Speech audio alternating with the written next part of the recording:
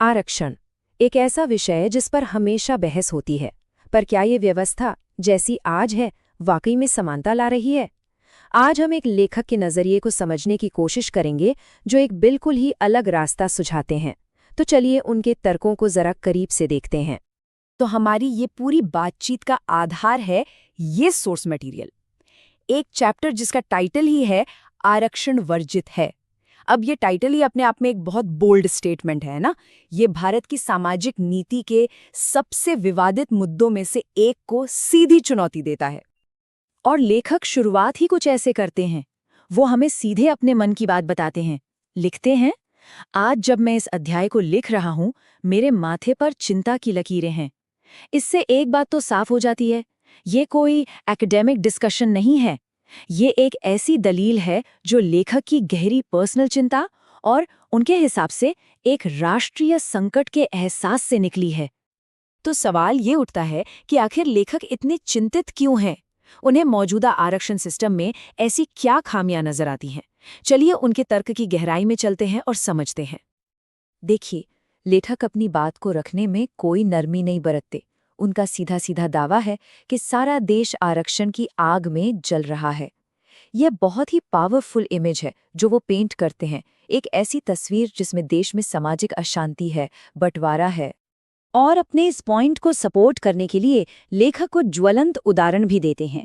वो एक ऐसे समाज की तस्वीर हमारे सामने रखते हैं जहां डॉक्टर हड़ताल पर हैं, मरीज बिना इलाज के परेशान हो रहे हैं, और दूसरी तरफ सरकार प्राइवेट सेक्टर में भी आरक्षण लाने की वकालत कर रही है। लेखक के मुताबिक ये एक ऐसा कदम है जो देश को नुकसान पहुंचाएगा। और यहीं पर लेखक के तर्क का सबसे मेन पॉइंट आता है। उनका कहना है कि जब बात हायर लेवल्स की हो, मतलब एडवांस्ड एजुकेशन और प्रोफेशनल करियर्स की, तो आरक्षण फायदे से ज़्यादा नुकसान करता है। उनके हिसाब से इससे मेरिट पर असर पड़ता है और उन लोगों के लिए मौके कम हो जाते हैं जो शायद ज़्यादा डिजर्विंग हो सकते हैं। अच्छा, तो ये सब सुनकर एक बड़ा सवाल खड़ा होता है। अगर लेखक के हिसाब से मौजूदा सिस्टम में इतनी दिक्कतें हैं, तो फिर इसका सल्यूशन क्या है? आखिर मदद मिलनी किसे चाहिए? और यहीं पर लेखक एक रैडिकल शिफ्ट का प्रस्ताव रखते हैं। वो कहते हैं कि अफर्मेटिव एक्शन का आधार जाति नहीं बल्कि ज़रूरत होनी चाहिए। मतलब ज़रूरत पर ध्यान दिया जाए, जाति पर नहीं। ये एक ऐसा आइडिया है जो पूरी डिबेट को एक नया मोड़ दे देता है।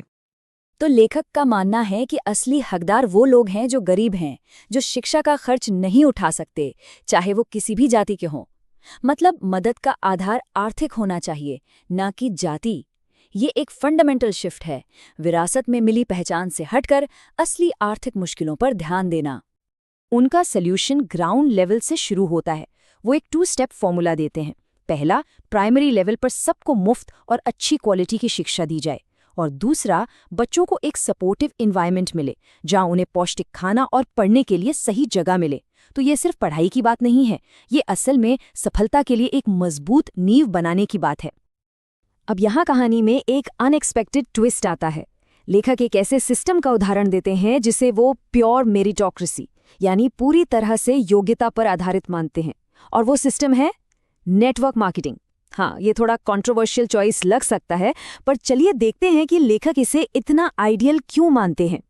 सोर्स मटेरियल पर अगर वापस नजर डालें तो लेखक साफ साफ कहते हैं कि नेटवर्क मार्केटिंग एक ऐसा सिस्टम है जहां आरक्षण की सुविधा दूर दूर तक नहीं है।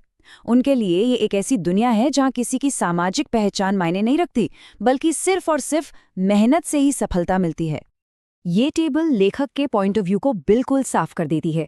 एक तरफ है आरक्षण का सिस्टम जो उनके मुताबिक जाति पर बेस्ड है और कुछ लोगों को बाहर रखता है, और दूसरी तरफ है नेटवर्क मार्केटिंग का सिस्टम जो उनकी नज़र में कड़ी मेहनत पर चलता है, सबके लिए खुला है और सही मायने में मेरिट पर आधारित है। ये कॉन्ट्रास्ट बहुत ही क्लियर है। खुद लेखक के शब्दों में ही कहें तो एक आइडियल सिस्टम वो है जहां जात-पात, अगड़ा पिछड़ा, गरीब अमीर जैसे कोई आरक्षण नहीं है। ये सुनने में एक बहुत ही यूटोपियन विजन लगता है, एक ऐसा समाज जहां ये सारे बंटवारे खत्म हो गए हों। पर सवाल ये है कि क्या ऐसा लेवल प्लेइंग फील्ड सच में पॉसिबल है? तो इन सब बातों का निचोड़ क्या है? लेखक का आखिर एंड गोल क्या है? चलिए इस एनालिसिस के आखिर में समाज के लिए उनके विजन को समझते हैं। आखिर में लेखक एक ऐसे भारत का सपना देखते हैं जो सेक्युलर हो, टॉलरेंट हो और जहां किसी के लिए कोई बैर या द्वेष न हो। उनके लिए आरक्षण एक ऐसी ताकत है जो इन आइडियल्स के रास्ते में आती है, और उनकी जो आइडियल प्रणाली है, चाहे वो नेटवर्क मार्केटिंग हो या कोई और, वो इन सबको जोड़ने वाले मूल्यों को बढ़ावा देने के लिए है। तो हम इस चर्चा को इसी एक सवाल पर छोड़ते हैं जो लेखक के तर्क का भी केंद्र है। किसी भी सिस्टम में हम वाकई में अवसर की समानता कैसे इंश्योर कर सकते हैं? ये सवाल सिर्फ आरक्षण का नहीं है, बल्कि ये एक निष्पक्ष और न्यायपूर्ण समाज बनाने के बारे में है। सोचने वाली बात है।